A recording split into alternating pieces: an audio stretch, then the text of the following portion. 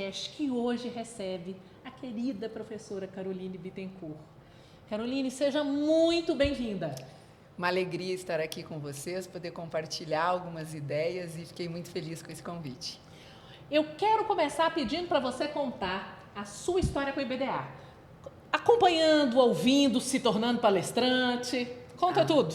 Sensacional. Acho que qualquer pessoa que estuda direito público nesse país deseja um dia estar aqui no IBDA, né? Então, a minha história com o IBDA começa justamente sendo uma assistência, né? Ou seja, indo lá para ver meus professores, para ver minha biblioteca inteira de direito administrativo pessoalmente, fazendo fila para tirar foto com meus professores incríveis e, enfim, depois, evidentemente, entrando no programa de pós-graduação, mestrado e doutorado, em face das publicações, das parcerias que a gente vai firmando, né? Aos pouquinhos, né? Vim, então, integrar o time também de congressistas com muito orgulho e hoje faço exatamente isso pelos meus alunos, convido eles para vir, para estar e fazer essa trajetória tão incrível, né? Podendo compartilhar com esses colegas que a gente admira.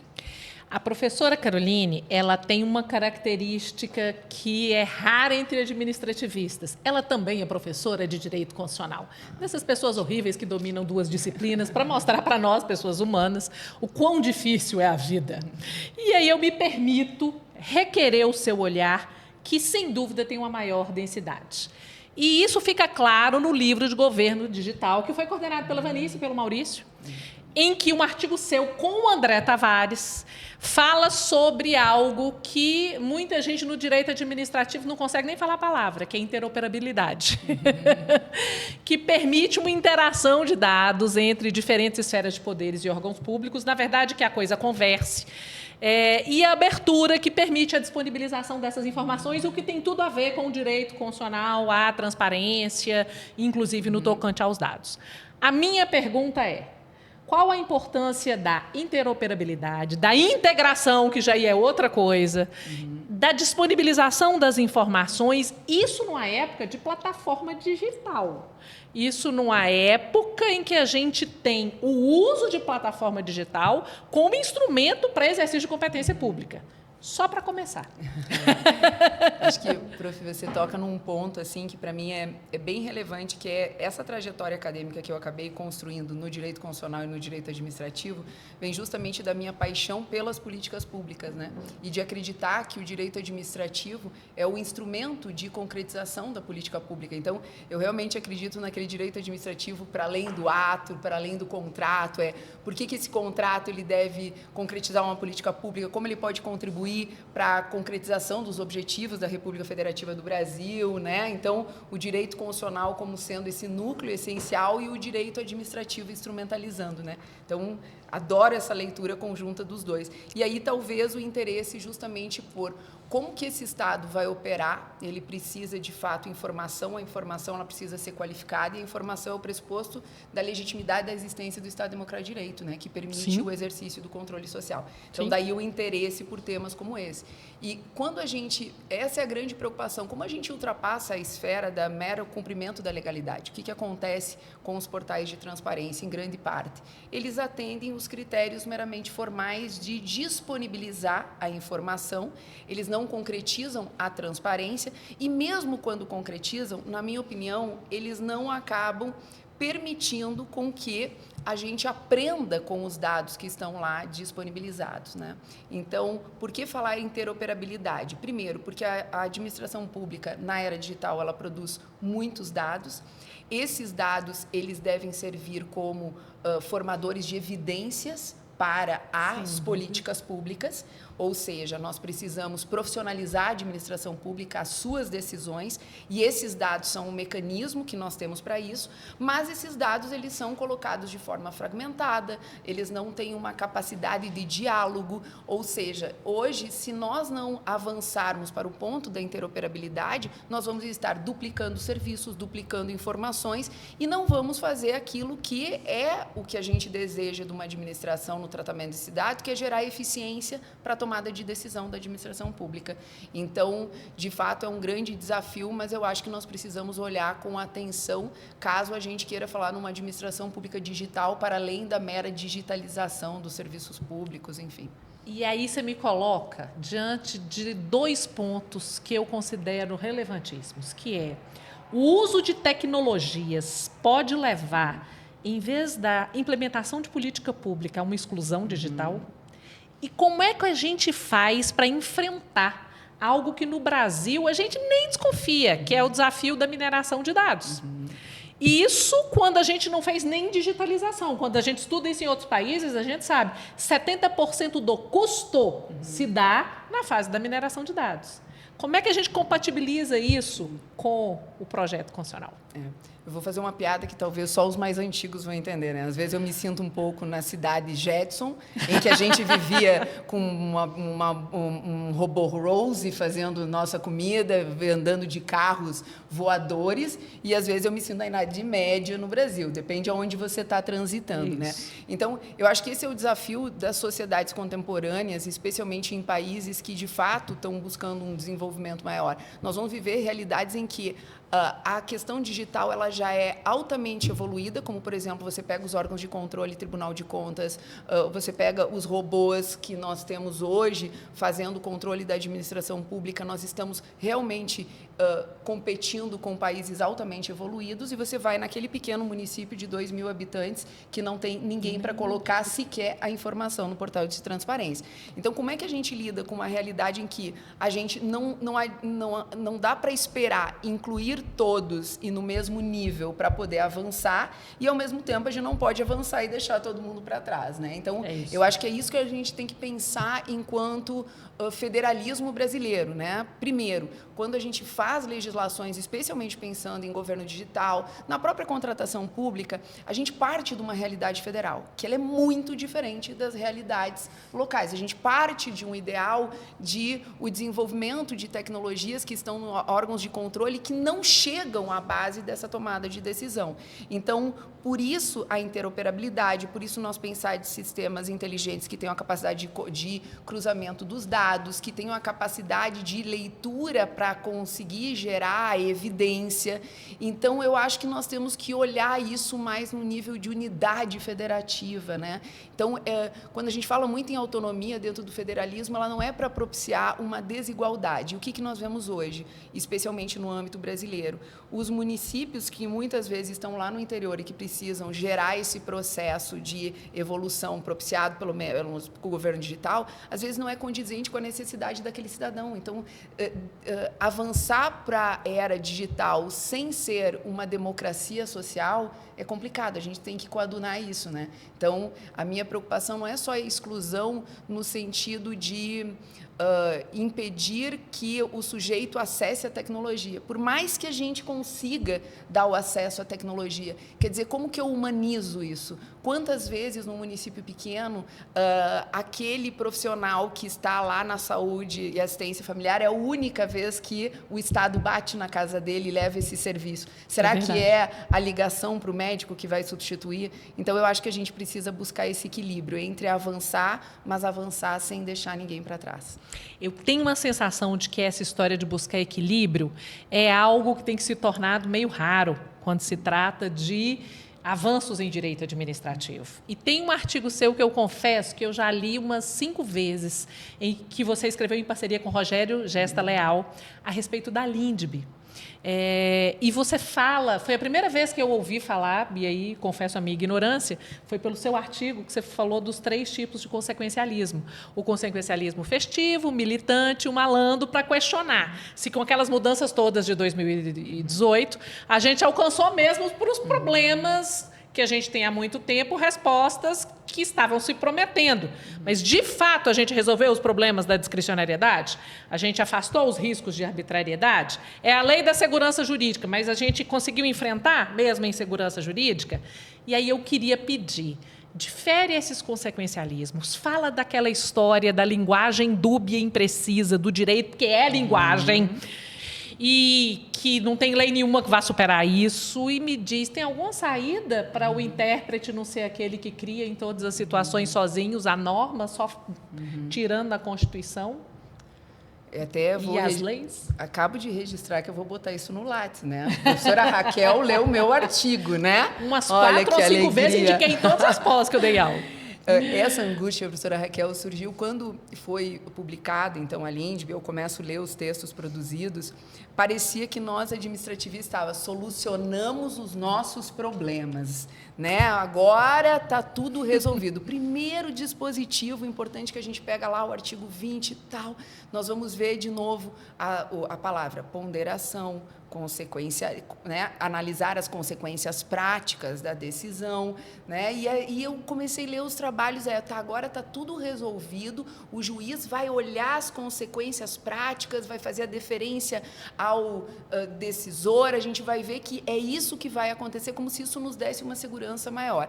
E a novidade seria que você não pode interpretar sem olhar as condições reais. Então, é como se houvesse, no mundo real, uma divisão entre interpretação e aplicação, algo que eu achei que já tinha sido superado com uma leitura gadameriana, né?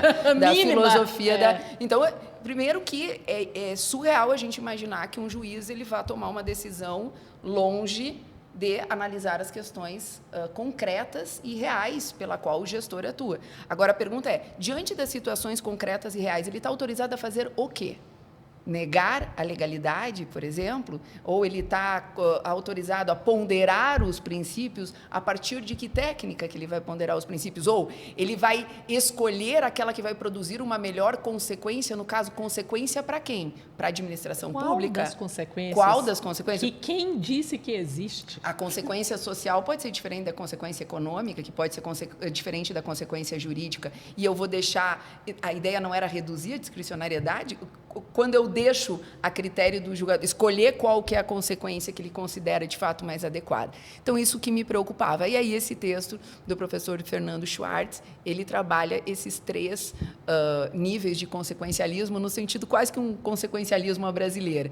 O consequencialismo ele é uma teoria que vem, né, de uma perspectiva da interpretação do direito, da análise econômica do direito, do pragmatismo que vai surgir no direito norte-americano, e a gente não pode descontextualizar esse debate, porque esse é um debate, é a crítica que vai surgir, especialmente no contexto norte-americano, do direito, né, como integridade do Ronald Dworkin, que justamente buscava fazer o quê? Partido de uma interpretação que fazia crítica ao positivismo, no sentido de que a sua teoria, então, traria os princípios não para abrir, mas para fechar. Né? Exatamente isso. E aí vem o pragmatismo como uma crítica no sentido de que essa teoria não era adequada, então, ao contexto do que se buscava em relação à crítica ao positivismo. Então, qual é o consequencialismo que nos preocupa mais? Né? Nós temos o festivo, que ele é mais ideológico, aquela coisa de realizar, fazer, a melhor opção. O militante ele é um pouco mais sofisticado, né? Porque ele usa de uma dogmática jurídica ou do próprio termo jurídico para ele dar a cara. Fazer parecer. Fazer parecer, essa é a palavra, porque isso que ele é militante, ele tem um argumento mais sofisticado, ele usa os cânones do direito para poder revestir com maior legitimidade a sua decisão. E o malandro é o pior, que é aquele que eu invoco quando eu quero simplesmente desconsiderar as regras jurídicas, né? Então eu quero fazer as consequências aqui. Eu quero fazer um acordo, nós tivemos aqui um contrato terrível para a administração, mas veja o que vai acontecer, vai paralisar a obra. Desviou, mas é a isso, obra. Né? Mas e aí, como é que a gente vai fazer? E aí você usa a ideia por exemplo, do interesse público para poder, né, aplicar aquilo que você diz que vai ser a melhor consequência. Mas eu escolho uma consequência, essa consequência que eu escolhi, ela não precisa sequer ser justificada quando a gente olha como isso vem sendo aplicado. Então, a grande crítica era aquilo que a professora Irene Nohara diria, né? Solo o problema. Será que solucionou ou criou mais problemas? Solução ou problema? Foi essa alteração. Então, não é nenhuma crítica, mas é para pensar, talvez não de forma tão ingênua, quando a gente comemora algumas alterações legislativas que, às vezes, elas não dão conta das pretensões que elas têm, né? Eu acho curioso que, com toda essa densidade, você é uma das pessoas que mais é admirada como professora de Direito Constitucional em cursos de preparação para exame da OAB. E eu tenho profunda admiração porque a minha origem como professora eu brinquei, porque eu viralizei, foi como professora de Direito Administrativo de preparação de concursos. E eu sei o quão difícil é compatibilizar isso com, por exemplo, a sua atividade como coordenadora de grupo de pesquisa, controle social e administrativo de políticas públicas e serviços públicos, do CNPq, entre tantos projetos acadêmicos que você tem. E aí eu queria dizer, como é que essa atuação no ramo acadêmico se compatibiliza? Como é que a gente conta isso para a turma que está começando? Para os jovens pesquisadores, para os jovens advogados? Como que você enfrenta esses desafios do cotidiano? Como é que a gente concilia? Você pode dizer como que o direito administrativo se relaciona com tantas disciplinas como teoria do direito e outras disciplinas propedêuticas? Então, eu acho que isso vem um pouco da ideia do que eu acredito enquanto ser professor, né? Acho que eu sempre me preocupei muito com essa distância que, às vezes, a academia, especialmente no âmbito da pesquisa, a gente tinha daquilo que estava lá na base, né? Sem dúvida. O pesquisador que, às vezes, esqueceu quem é o público que está na graduação, que vai ser o teu aluno ali adiante. Eu sempre fui apaixonada pela docência, né? Como você, a docência me faz brilhar o olho, né? Eu sei que você ama muito isso. E quando surgiu, nós começamos com um grupo de amigos querendo ajudar alunos que, diante dos índices da OAB, a primeira coisa que eu disse se eu demoro 10 minutos para dar bom dia, às vezes, né, dentro do meu contexto, como é que eu vou conseguir ser objetiva e chegar a construir uma boa aula suficiente para que eles consigam isso? Eu não me via como uma pessoa justamente de cursinho, porque eu já dava aula no doutorado, no mestrado, coordenava a graduação, trabalhava em questões de gestão também, né? E quando eu vi o significado que isso tinha no mundo real, que era você ajudar alguém a fazer uma transição, que ela é muito difícil, né? Difícil. Onde há um teste emocional, um teste intelectual, onde você vai ser validado. Aquilo que você estudou em 5 anos, ele se resume a um selo de aprovação. Aquilo me fez brilhar o olho e eu tive que também me ressignificar como professora, como traduzir uma linguagem, como mostrar simplicidade sem perder complexidade, porque eu não sou aquela professora que consegue fazer uma frase de efeito para ele lembrar na hora, não é isso, mas de dizer como algo complexo também pode ser simplificado através de uma boa aula, através de raciocínios jurídicos. Então, está sendo difícil, professora, para falar bem a verdade, né? Mas é uma jornada muito incrível pelo retorno de você saber que você pode contribuir um pouquinho na vida, né, das pessoas que estão buscando a realização do seu sonho. Procure as aulas dela. É só isso que eu digo. Eu queria encerrar perguntando: qual é a palavra e a frase que você deixa para um administrativista como uma lição, como um legado, como seu aprendizado nesse caminho do direito administrativo, pertinho do direito constitucional? Acho que, nossa, essa pergunta foi boa. Ninguém me arrepiar, né? Eu diria assim, nós não somos burocratas, né? O direito administrativo não é o direito da burocracia, no sentido de ter a mera preocupação com o formalismo, embora é óbvio que é essencial, que é relevantíssimo, mas eu quero olhar esse direito administrativo que a gente tem discutido. O direito administrativo, para mim, é o direito administrativo social. É o direito administrativo que tem que ser instrumentalizado para mudar a vida das pessoas, de cumprir os compromissos assumidos, não por um documento jurídico, uma Constituição, mas por uma ideia de um modelo de sociedade que a gente quer viver. E eu acho que o direito administrativo ele tem muito a dizer para esse debate, né?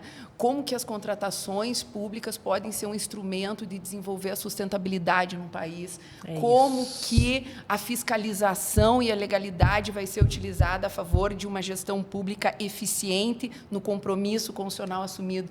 Por isso que o direito administrativo, para mim, ele tem muito a caminhar nesse sentido, especialmente para que a gente se veja como essenciais dentro desse diálogo, que é uma proposta do modelo de sociedade que a gente escolheu.